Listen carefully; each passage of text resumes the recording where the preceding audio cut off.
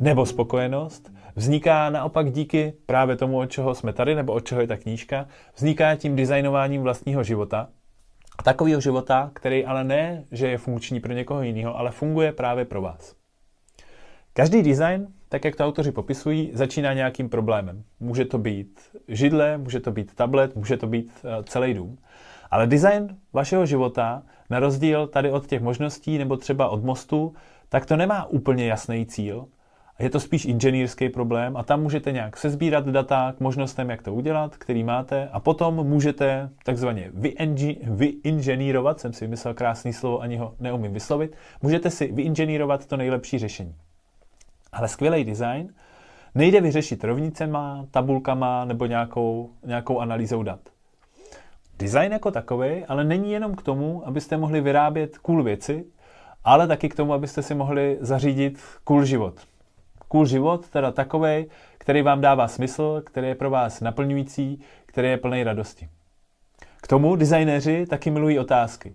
A k tomu, o čem je ta kniha, tak se řeší třeba otázky typu: jak najdu práci, která mě baví, jak si zařídím work-life balance, to znamená nějaký ten balans mezi osobním životem a pracovním životem, anebo třeba jak můžu ve světě změnit něco k lepšímu, k pozitivnímu. Život jako takovej nemůžeme perfektně naplánovat, nejde si udělat jasný plán, je takový jedno moje oblíbené přísloví, aniž bych chtěl zacházet do nějakých náboženských teorií, tak to přísloví zní: člověk dělá plány a Bůh se směje, protože tak, jak říkám, život nejde perfektně naplánovat a už vůbec neexistuje jedno správné řešení, ale ve výsledku to je dobře. Život totiž není nějaká věc, ale život je zkušenost. No a právě ta zábava je v tom, že si můžete nadizajnovat ten život a užívat si právě tu zkušenost, tu jízdu, ten proces. Život totiž bude neustále v posunu, bude se neustále měnit, není statický, přichází neustále změny, v dnešní době víc než kdykoliv předtím, a proto to je taky o nějakým neustálým růstu a v tomhle případě o neustálém designování toho vašeho vlastního života. Autoři mluví o takzvaných 5 mindsetech, o 5 pohledech na věc, o 5 nastavení mysli. První je: buďte zvídaví. Jo? Pusťte do svého života, pusťte tam dobrodružství, pusťte tam tu zvídavost a ona vám pomůže zažívat častěji to, čemu se často říká vlastně šťastný náhody, ale oni kolikrát tak šťastní nejsou, když jim ten prostor tam dáte. Druhý mindset je: zkoušejte věci. Jo, buďte akční, nezůstávejte u toho, že u věcech budete jenom mluvit, ale opravdu je zkoušejte, dávejte je do praxe, dávejte je do akce. Třetí je: přerámovávejte problémy, to znamená, dělejte tady ten reframing, jako byl u té první myšlenky hned na začátku. To znamená, zkuste se koukat na věci jiným, nějakým novým, nezaujatým pohledem. Čtvrtý mindset je: uvědomujte si a uznejte tu pravdu, ten fakt, že vlastně všechno je to jenom proces, to znamená, není problém to, že to za pochodu budeme měnit, a hlavně užívejte si ten proces. A pátý a taky velmi důležitý je: říkejte si o pomoc.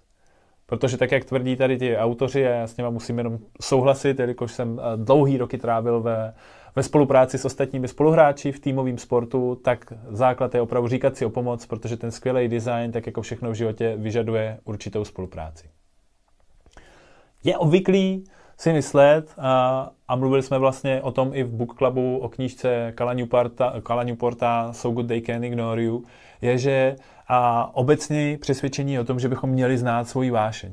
Jenomže málo kdo ji zná rovnou, a od toho je tady právě ten proces designování vlastního života, díky kterému postupně objevíte věci, které děláte rádi, a k té vášni dřív nebo později logicky dojdete.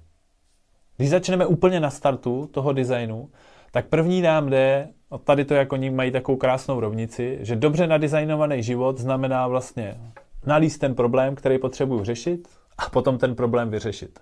Není to úplně složitá rovnice, tak jak se kterýma jsme se někdy setkávali ve škole v matematice, ale to, co je ten princip tady téhle krátké, jednoduché, úderné rovnice, je to, že vlastně nedává smysl, když budeme sice intenzivně, dlouho pracovat na nějakým problému, ale ve chvíli, kdy zjistíme, že pracujeme na špatným problému, tak všechna ta energie, všechna ta práce bude vlastně k ničemu.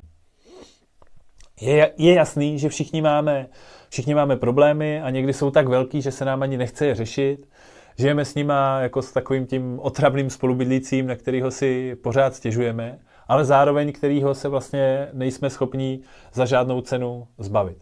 To, co k tomu může pomoct, je podívat se na ten problém právě tak, jak jsem mluvil, novým pohledem. A k tomu pomáhá takzvaná beginner's mind, to znamená nějaký pohled, nějaká mysl začátečníka. A co bude dělat začátečník, když o něčem nebude vědět? Bude zvídavý. Jo? Bude začínat s tou zvědavostí a nebude nějakým způsobem předpokládat oproti tomu expertovi, že už zná na všechno odpovědi. Takže i u každého toho velkého problému zkuste na něj nahlídnout úplně jiným způsobem.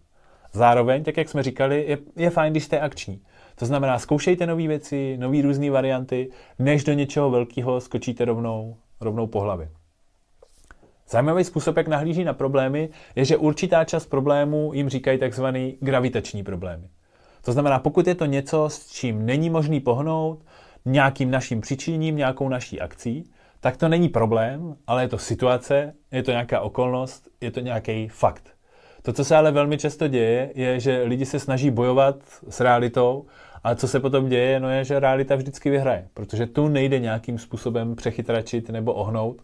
Říkalo se o Steveovi Jobsovi, že umí pohnout s realitou, ale to si nejsem jistý, jestli byla zrovna ta správná věc, o které tady mluvíme. No a jediná odpověď na gravitační problémy je jednoduchá a to je akceptovat je. A to je právě to místo, kde všichni dobří designéři začínají. Teda tam, kde právě jste a jaká je ta aktuální situace. Proto na úvod je potřeba udělat si pro začátek takový sebehodnocení.